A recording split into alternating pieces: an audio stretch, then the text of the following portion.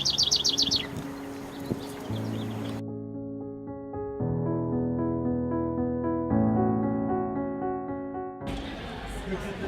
alaikum.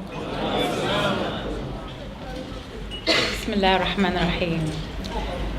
It is such an honor to be with you on this evening. I was actually supposed to be with you about a year ago and had to cancel at the very last minute. So I am apologizing for that, 1 year late. The reason I couldn't come last year is because I got a phone call the day before when I was here speaking in Southern California that my son had been taken to the ICU. He was 14 years old. And I want to share this with you because it reminded me, being here 1 year later, alhamdulillah, he's healthy and fine, that Allah sends us so many messages in so many ways to teach us lessons about gratitude, about sacrifice, and about finding meaning in every experience. And I feel that being here with you is a reminder that there is ease after hardship. And there is meaning in difficulty. And I thought that what might be useful tonight, since I'm not a scholar like Imam Sohaib Webb and I'm not a poet like Ahmed, is for me to share with you some of my experiences and share what I learned from my life so far. I was asked today to not focus on my research because it's too dry, but to tell you a little bit more about my personal journey. So what I thought would be useful is to share a few of the lessons that I've gained in going through what has always been an interesting journey. And I thought maybe this is, that the way I would structure this talk is almost as a, what are the things I would tell myself, my 20-year-old self? What are the lessons that I wish I had known, or the pieces of advice that I wish someone had told me at that time? And this is for all the young people who are facing so many unprecedented challenges today. Because I wish I was here talking to you in a time of ease, in a time of comfort for our community. But that's not where we are today. So I'm not here to tell you everything's okay, because everything is not okay in our country today. Things are far from okay. We are at a critical point in our history. Things are being said that are almost unprecedented. But I'm not here also to tell you all that we are a community of victims, because we're not. The kind of bigotry and Islamophobia that you are experiencing are a symptom of a deeper and more serious disease that hurts all people. And that cancer of racism should not make us feel like victims, but rather as people with responsibilities, as servant leaders who have to lead and cure and heal our country. The message I have for you today is not one of victimization. It is one of servant leadership.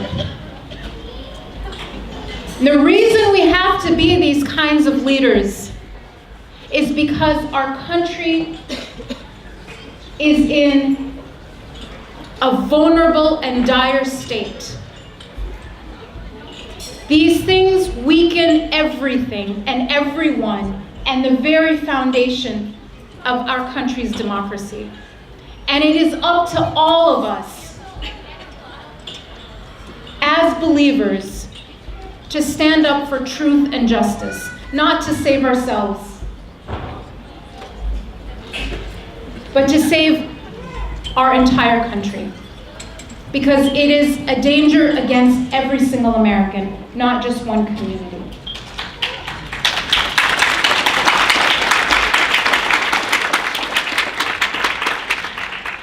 And so for those who will take up this important mantle, this important responsibility, here is what I offer from my experience. Never underestimate the power of being in the room. I often have young people tell me, I've been invited to serve on this committee, or I've been invited to join this council. And I know that they're only inviting me as the token X, the token woman, the token Muslim, the token brown person, the token black person. So I'm not really sure I want to do it because I'm being invited for the wrong reasons.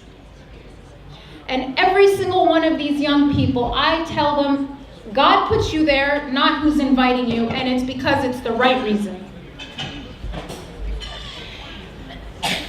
Don't ever underestimate the power of being in the room. Just your very presence at that table, with your voice, with your existence, will at least do one thing. If you don't even open your mouth, you know what you'll do? You'll make people feel uncomfortable when that person starts to spew their bigoted remarks. If you're not in the room, no one's going to feel uncomfortable. It's going to be okay. And that's if you don't open your mouth.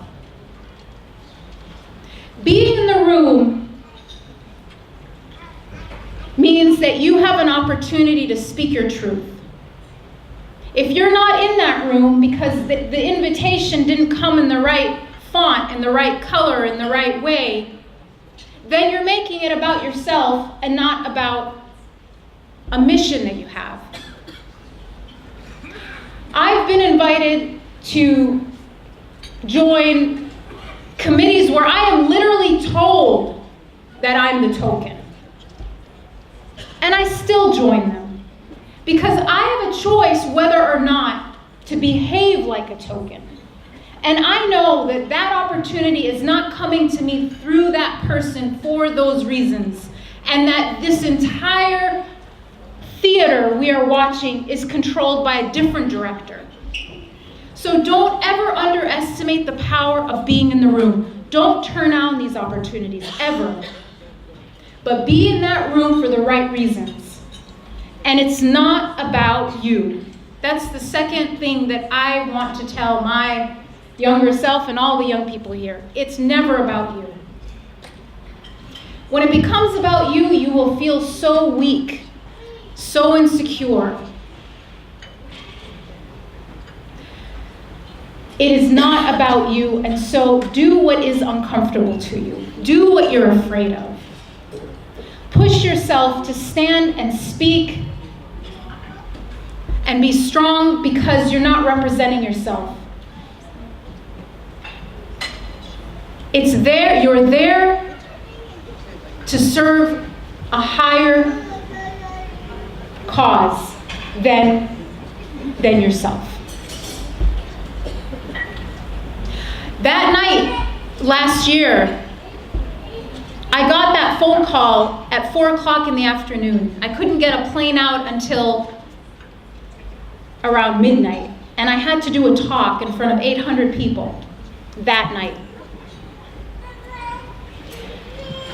And I did it, and I got a standing ovation. And it wasn't because I was good at public speaking. And it wasn't because I wasn't worried about my son. It was because I told myself in that moment, this is not about you. You're here to deliver a message, it has nothing to do with you. And then I felt strong.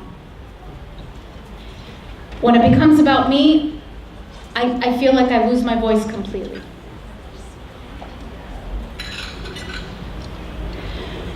The third thing I want to convey is for us to commit to our mission and not the means. Here's what I mean by that. I used to be the executive director of Muslim Studies at Gallup. And I started the Center for Muslim Studies there. It was a project that I committed to, I invested in, I worked hundreds of hours a month on, and it almost like became my identity. And then one day, the company wanted to close my center. And I felt this sense of panic, like I really had to fight to keep what was mine, what I had built. And then in a conversation with my friend, she asked me, why is this so important to you? Why are you going to battle for this center? Why is it like you're attached so much to this thing? You don't think you're able to serve God in some other way? And so finally, at the point when there was no other choice, I didn't lose myself, because I realized that I had to commit to my mission and not to the means. Allah had given me that vehicle at that time to serve Him. And when it was time for me to change that vehicle, I had to let go. And I think this is really important, especially for anyone working in the community or in public service or in mosque work. Because I travel the country, and in so many places, I see incredible hardship in communities because people are so attached to the means that they forget the mission. They are the founders of a masjid, and they can't let go of their board spot. And there are lawsuits all over our country, Muslim against Muslim, because of some small little, to me, insignificant issue around who should stay on the board and who should leave. Where you really wonder, are you committed? Are you really committed to serving God or to the means of serving God, which is that board position? I think this one problem of being more attached to the means than the mission explains the majority of our problems in our Islamic centers. If we can let go of the means and understand that serving God can take all different kinds of form and not make this institution, this project, an extension of our identity, as I had done, we would reduce the conflict and increase the compassion in our community. Because when Allah took away one thing, He gave me some other means. But I wouldn't have been able to do that had I not let go. Had I not psychologically understood that this closing of one door wasn't a defeat in my heart, but was rather a chapter that was closing and a new one opening. It was just a different way of looking at it, because it could have really destroyed me, as attached as I was to this project.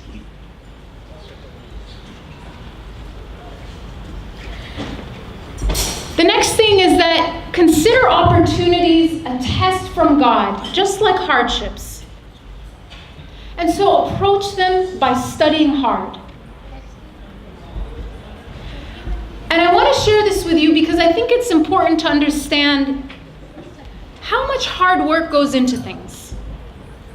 So, how many people saw the video of when I was on The Daily Show with Trevor Noah? Has anyone seen that? Okay, a few of you. Thank you.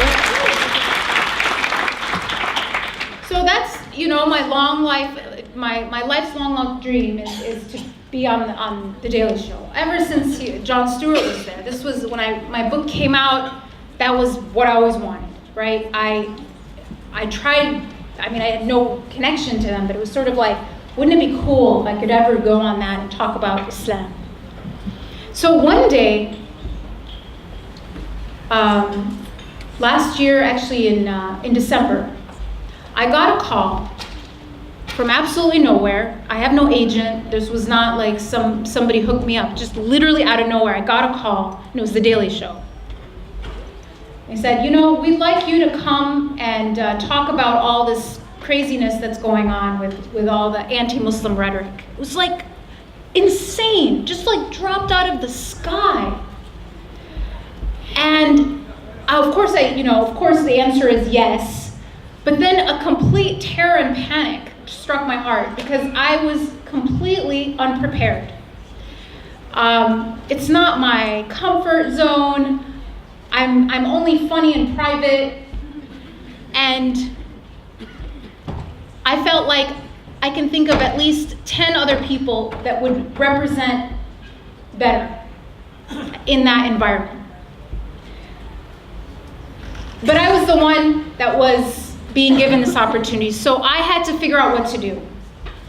And so I actually got help. I know this wonderful comedy and speech coach. She actually lives right here in Southern California, that I met at a conference. Her name is Judy Carter. And I called Judy and I said, I need your help. And we worked for hours and hours preparing for that interview. That didn't just happen. And we practiced different questions. She kind of knew what was going to happen. We went through it and went through it and went through it. And as terrifying as it was, I was waiting backstage, waiting to be announced. My hand was literally uncontrollably shaking. I got on there and I was able to perform. Alhamdulillah.